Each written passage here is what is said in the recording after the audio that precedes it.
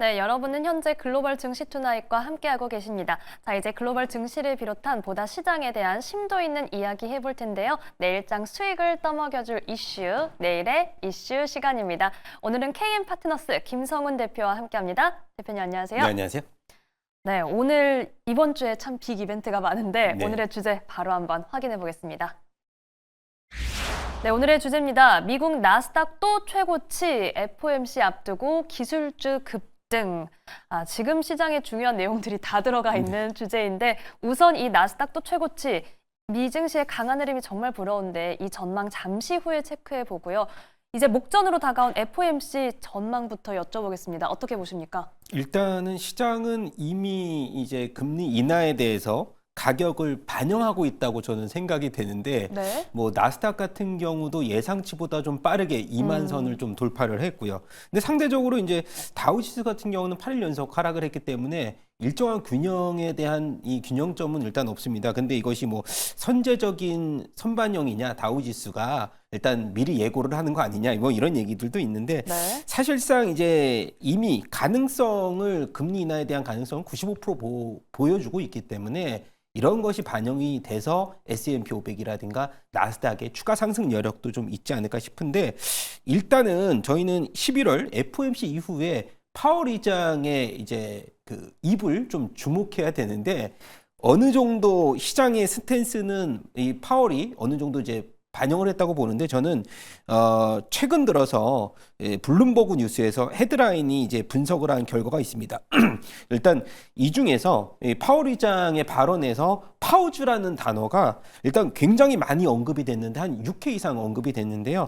최근 들어서 이제 단어가 3개로 요약을 할 수 있는데 네. 파우즈, 스킵, 홀드가 굉장히 많이 나오는데 스킵 같은 경우는 금리를 일시적으로 동결하지만 원래 인하 경로를 재개할 의도가 있음을 시사하는데 그런 스킵이 단어가 나오지 않았다는 거. 이번에 잠깐 지나간다라는 단어는 그렇죠. 없었고. 네. 근데 파우즈 일시적으로 중단할 수도 있고 장기적으로 유지할 수도 있다. 이러한 애매한 표현을 계속해서 썼다. 그것이 우리가 반대로 말하자면 굉장히 신중한 케어풀이라는 단어로 우리가 다시 해석을 할 수가 있을 것 같고요.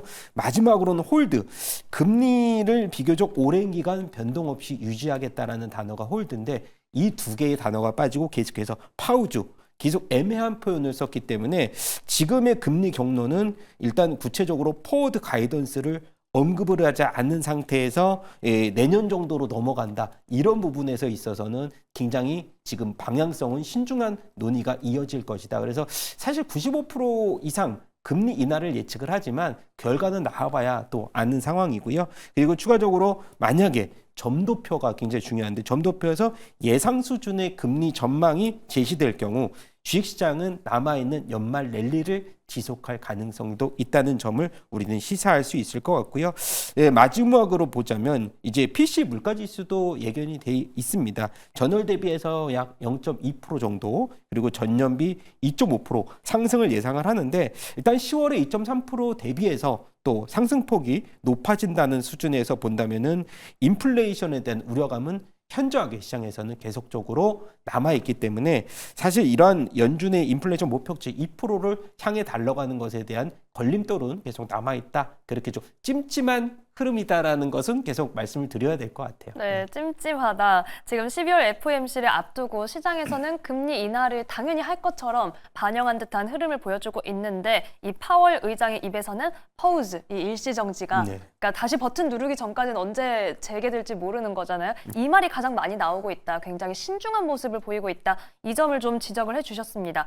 자, 저희가 파월의 입에 주목해봤으니까 이번에는 또 화제의 인물 머스크의 입에 좀 주목을 해볼게요. 비만 치료제 관련 시장에 대해서도 좀 코멘트를 한 게 있었죠. 네, 그렇죠. 지금 보면은 이 머스크가 X에서 이 소셜 미디어 X에서 계속해서 이제 이 비만 치료제 관련돼서는 비싸다. 그래서 가격이 싸진다고 하면 대중들에게 건강과 수명이 개선될 수 있을 텐데라고 한마디 언급을 하면서 국내 시장 같은 경우는 지난주에 네. 뭐 오늘 같은 경우는 인벤티지 랩이 특허 관련돼서 이슈 때문에 상한가를 기록을 했지만은 지난주부터 펩토론을 비롯해서 대장주들이 움직이는 계기를 또 만들어줬고요. 사실 이제 미국 시장에서 일라이릴리라든가 노보노디스크의 주가를 보면 하반기에 이 미국 정부에서 비만 치료제 관련돼서 약가 인하 이슈가 있었지만은 이 CEO 같은 경우가 약가 인하를 뭐 언급을 하지 않습니다. 하겠다라고 말을 하지 않으면서 주가는 고점에서 좀 하락폭을 뭐 20% 내지 30% 이상의 하락폭을 기록을 했는데 일단 저는 이제 미국 시장에서의 반등폭에 좀 주목을 이제는 해볼 네. 만한 상황이 아닌가. 왜냐면은 내년도쯤 되면은 이제 일라이릴리의 뭐 그 우리가 신약이 또 우리가 출시가 되고 있는 상황이기 때문에 저변이 좀 확대된다는 측면을 우리가 뭐 보셔야 될 것 같고요. 노보노디스크 같은 경우는 위고비죠. 위고비가 3분기로 봤을 때는 79% 이상 늘었고요. 판매율이 삭센다는 오히려 네. 43% 감소했는데 그것을 우리가 본다면 삭센다는 1회를 주사를 맞아야 되는 거고 위고비는 주 1회입니다. 그래서 일단 그 환자들의 편의성의 위주로서 이런 흐름들이 나왔다. 그래서 지금 보면은 장기 지속형, 월 1회의 장기 지속형이 시장에서 출시가 돼서 저변이 확대된다면 그러한 그 매출 성장률은 지속적으로 나올 수 있을 거기 때문에 투약 주기를 일단 늘리는 것에 목적을 두는 이 상품들이 나온다라고 하면 주가에 대한 이 상승 여력은 충분히 가속화될 수도 있다. 저는 그렇게 보여주고 있고요. 뭐 추가적으로 경구용 비만 치료제도 시장에서 화이자가 지금 개발을 진행 중인 걸로 알고 있는데 경구용 같은 경우는 부역감이라든가 부작용이 굉장히 심하기 때문에 사실 기술 개발에 있어서는 조금 시일이 걸릴 네. 수 있다라고 보기 때문에 저는 뭐 화이자의 주가 흐름을 지켜봐야 되겠지만은 선제적으로 봤을 때는 노보노와 일라이릴리가 시장을 계속해서 이끌 수 있는 가능성들이 좀 크다. 근데 이제 노보노디스크 같은 경우는 위고비가 이제 특허 만료를 앞두고 있습니다. 26년도에 이제 그래서 지금 보면 한국은 28년, 미국은 31년 만료인데 중국과 인도에서는 26년이기 때문에 얼마 남지 않았어요. 그래서 중국 같은 경우도 우리가 그 관련돼서 위고비의 이제 특허가 만료됨에 따라서 바이오시밀러에 대한 기술 개발이 한 13건 정도 이루어지고 있다고 합니다. 그래서 사실 비만 치료제 시장은 아직까지 침투율은 낮지만 춘추전국 시대를 들어설 수 있는 가능성도 경쟁사가 날로 늘어나고 있다는 점에 대해서 그것을 위험을 감지해서 노보노디스크 같은 경우도 위고비 대상을 적응증을 계속해서 확대하면서 당뇨병 치료제 말고도 심혈관 질환, 뭐 심부전 그리고 지방 간염 이렇게 적응증을 확대하기 위한 임상을 실행 중이고요. 거기에서 심혈관 질환에 대해서는 이미 미국의 FDA 신청을 받아놓은 상황이기 때문에 아까 이제 말씀드렸던 GLP-1에 대해서 적응증 확대가 이루어진다면은 당뇨병뿐만이 아니고 이제 우리가 비만 치료제 뿐만이 아닌 저변이 확대된다는 점에 있어서는 노보노디스크라든가 일라이릴리의 주가 상승 여력은 충분히 저는 남아있다. 그렇게 생각이 돼서 일단 반등폭은 아직 보이진 않았지만은 일단 조정폭을 계기로 해서 주가의 흐름들을 한번 지켜보자는 의미에서 말씀을 드렸습니다. 네, 비만 치료제 시장 관련해서는 춘추 전국시대 그리고 충분히라는 말씀이 좀 기억에 남습니다. 이 경쟁은 치열해지고 있지만 노보노디스크와 일라이릴리가 시장의 주도적인 위치를 이어갈 거라는 전망 함께 제시해 주셨습니다. 자, 저희가 이번에는 일본으로 가보겠습니다. 금리 결정이 역시 일본도 이번 주에 예정이 되어 있는데 역시 이에 대해서는 어떻게 보고 계신가요?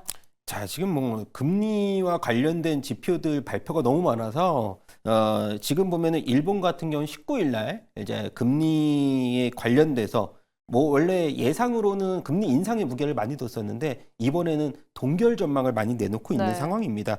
미국이 세 차례 금리 인하를 단행할 가능성들이 커지면서 일본은 오히려 지켜보자는 심리가 좀 강한데 일단 이시바 신임 총리가 금리를 올리고 물가 안정에 대해서 초점을 두는 정책을 많이 펼칠 것으로 전망이 되면서 한동안 아베노믹스와는 좀 반대. 아베노믹스 같은 경우는 금융 완화, 뭐 재정 지출, 성장 전략으로서의 이제 정책을 폈다면은 이시바 신임 총리 같은 경우는 금리 인상에 초점을 두기 때문에 사실 이번 시장에서는 금리 인상 무게를 뒀다가 지금 일본은 내년도에 뭐 전제 이제 기업들이 임금 인상이라든가 물가 상승 추이를 좀 더 지켜보자는 의미로 일단 경기에 미치는 영향폭도 있기 때문에 지난번에 금리를 한번 인상했을 때죠. 7월 달에. 그래서 2차 이제 지금은 1차지만은 2차 엔캐리 트레이드로서 이제 주식시장, 세계 주식시장에 한번 충격을 한번 줘봤기 때문에 네. 이번에는 좀 신종론을 펼치고 있다는 분석이 지배적인데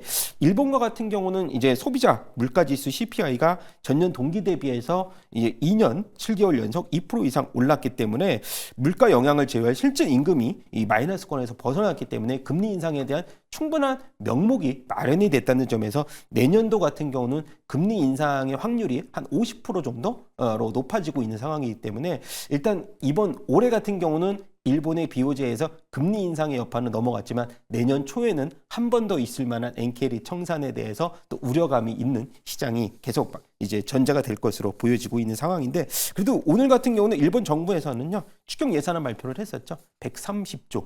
규모가 굉장히 큽니다. 그래서 일본 시장에 대해서는 네. 조금 더 긍정적인 시장 전망을 좀 예상하는 상황입니다.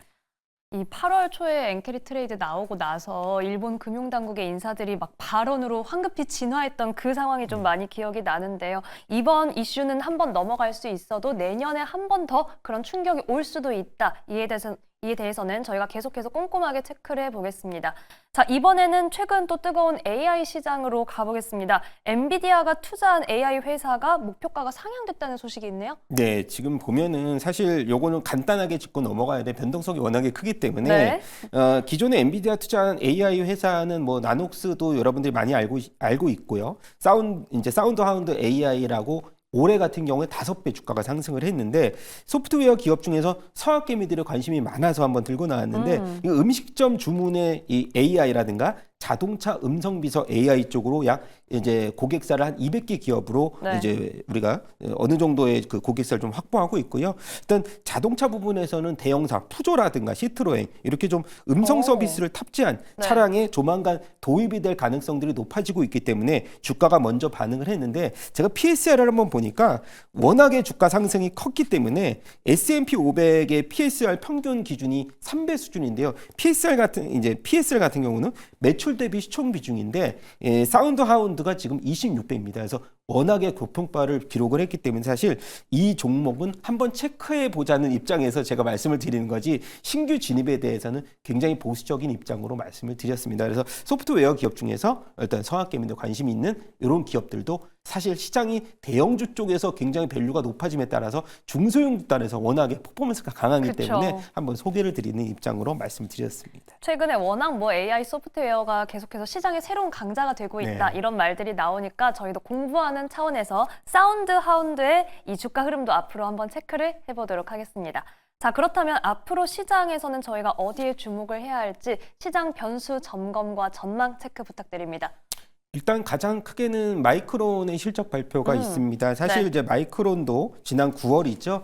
HBM3E 12단을 내놓으면서 HBM 개발 경쟁을 가열시켰는데 오늘과 같은 경우 삼성전자가 목표 주가를 또 하향하면서 오만전자에 대한 오명을 벗지 못하고 있는 수준이고 SK하이닉스도 영업이익이 38조 일단 목표 주가가 하향되면서 사실상 이 마이크론이 실적 3분기 실적이 워낙에 좋게 나와서 SK하이닉스의 주가를 이끌었듯이 이번에도 사실 이제 마이크론이 요번에 마이크론 1분기죠. 이제 가이던스 추정치보다 사실은 월가의 전망치를 높게 지금 책정을 해서 컨센서스를 상회할 수 있는 가능성들이 제기가 되면서 오히려 이런 퍼포먼스가 좀 나온다면은 우리 국내 시장에서 부진했던 삼성전자의 주가를 조금은 끌어올릴 수 있는 가능성들이 있기 때문에 마이크론 반도체 풍한기가 제일 먼저 실적 발표있는 마이크론 실적 발표를 한번 주목해보자는 의미에서 말씀을 드렸습니다. 이렇게 마이크론의 실적 발표 저희가 주목해볼 필요성 그리고 삼성전자의 주가 추이도 함께 살펴볼게요. 마지막으로 저희 한 가지 내용만 간략하게 체크해보죠. 어떤 내용 볼까요? 일단 최근에 미국 시장의 거품론이 계속 제기가 되고 있고요. 네. 트럼프 트레이드에 대해서도 사실 거품론과 트럼프 트레이드의 강세 이것이 계속해서 맞닥뜨렸는데 결과적으로는 트럼프 트레이드의 강세가 계속 나타났다는 거죠. 그래서 그 강세는 조금씩 약화되고 있다. 그렇게 좀 말씀을 드려야 되는데 일단 워렌 버핏이 이제 고평가 여부를 진단할 때 쉽게 사용하는 버핏 지수라고 있는데 이것이 전체 주식시장의 시가총액을 그 나라의 GDP로 나눈 값인데요. 지금 한 200%가 넘는 수준인데 지난 2000년도에 기술주 거품 버블이 나왔을 때보다 오히려 지금 더 높다고 하는데 이런 수준에서는 증시 낙폭을 계산했을 때 약 35% 증시 낙폭도 예상이 되는 상황이고요. 하지만은 반대적인 입장으로 봤을 때는 트럼프 트레이드가 워낙에 강하기 때문에 사실 뭐 지금 가상화폐 시장이라든가 그리고 테슬라가 오늘 목표 주가 낙관적 시나리오 봤을 때 650달러까지 높아지고 있는 상황에서 봤을 때는 사실 거품론보다는 앞서서 일단 유동성이 굉장히 강해지고 있는 트럼프 트레이드의 추가적인 강세가 나타났을 때 사실 거품론은 아직 시기상조다라는 얘기들이 많이 있습니다. 그래서 결론적으로 봤을 때는 미국 증시가 연일 최고 이 기록을 내세우면서 엔비디아, AI에 관심된 소프트웨어를 중심으로서 내년도에도 계속해서 상승 랠리에 대한 기업들의 펀더멘털 효율화가 앞장서지면서 또 한 번 랠리를 할 가능성들을 조금 더 저는 높게 지켜보고 있는 상황입니다. 네, 미증시 상승 랠리 지속 가능성에 대해서 짚어주셨습니다. 오늘 말씀은 여기까지 드릴게요. 지금까지 KM 파트너스 김성훈 대표와 함께했습니다. 고맙습니다. 감사합니다.